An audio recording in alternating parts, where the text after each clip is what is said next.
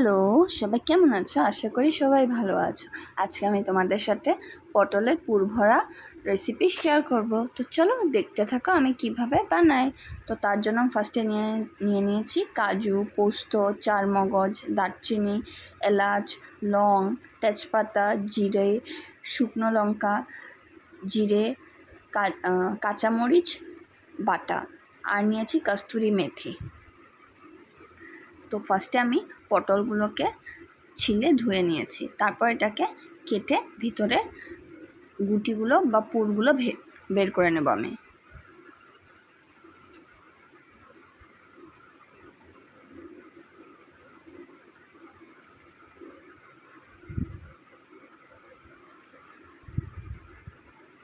এটা খেতে অনেকই টেস্টি হয়, আর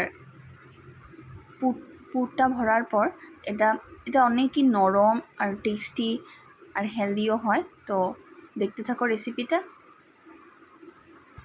আমি এভাবে করে সব পটলের ভিতরে পুরগুলো বের করে নিয়েছি। তারপর আমি সর্ষের তেল দিয়ে পটলের ভিতরে পুরটা ভেজে নিচ্ছি। সামান্য নুন দিয়ে দিয়েছি, তারপর আমি অল্প ছানা দিয়ে দিয়েছি। চাইলে পনিরও ইউজ করা যায়।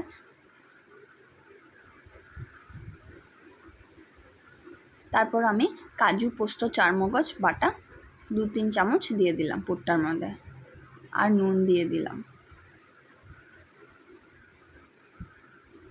হলুদ দিয়ে দিলাম। আমার পুরটা রেডি। এখন আমি পুরটাকে সুন্দর করে পটলের ভিতরে ঠেসে ঠেসে ভরে নেব।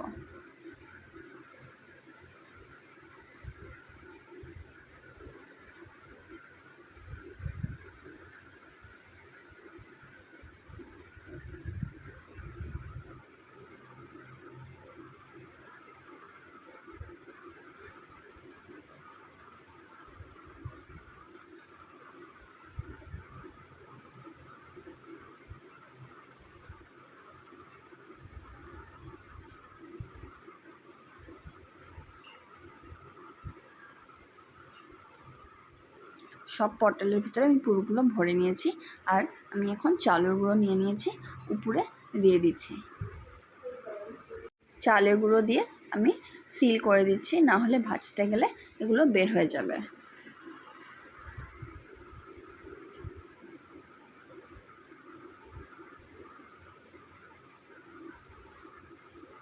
তারপর আমি কড়াইতে সর্ষের তেল দিয়ে নিয়েছি, নুন, হলুদ দিয়ে দিলাম। এখন আমি পটলগুলোকে সুন্দর করে এক এক করে ভেজে নেব। দেখো আমার পটল ভাজা হয়ে গেছে, আমি সব পটলগুলো ভেজে তুলে নিয়েছি। তারপর সেই তেলে আমি জিরে আর শুকনো লঙ্কা, তেজপাতা, দারচিনি, লং আর এলাচ ফোড়ন দিয়েছি। তারপর জিরে, শুকনো লঙ্কা, কাঁচামরিচ বাটা দিয়ে দিয়েছি। তারপর কাজু, পোস্ত আর চারমগজ পেস্ট করেছিলাম সেটা দিয়ে দিয়েছি, আর দই দিয়ে দিয়েছি অল্প। এখন সুন্দর করে আমি মশলাটাকে কষিয়ে নেব। তারপর আমি নুন আর হলুদ দিয়ে দিলাম, সামান্য চিনি।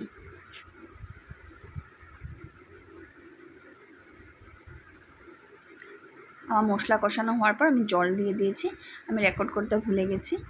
আর লাস্টে আমি কাশ্মীরি রেড চিলি পাউডার দিয়ে দিলাম।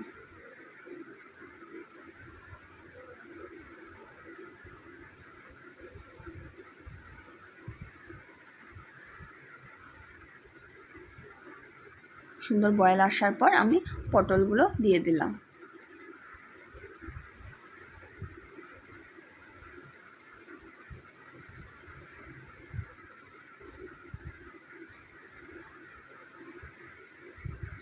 এখন আমি এটা বয়েল হওয়ার জন্য রেখে দেব। বয়েল হওয়ার পর লাস্টে নামানোর আগে আমি কস্তুরি মেথি দিয়ে এটাকে নামিয়ে নেব। আর যদি তোমাদের আমার ভিডিও ভালো লাগে আর আমার রেসিপিগুলো ভালো লাগে, তো লাইক, কমেন্ট, শেয়ার করে আমার পাশে থেকো। আর যারা নতুন দেখছো, আমার চ্যানেলটাতে সাবস্ক্রাইব করে আমার পাশে থেকো। দেখো আমার পুরভরা পটল রেডি, আর খেতে খুবই টেস্টি হয়েছিল। সো বাড়িতে একবার ট্রাই করে দেখতে পারো। Thank you for watching.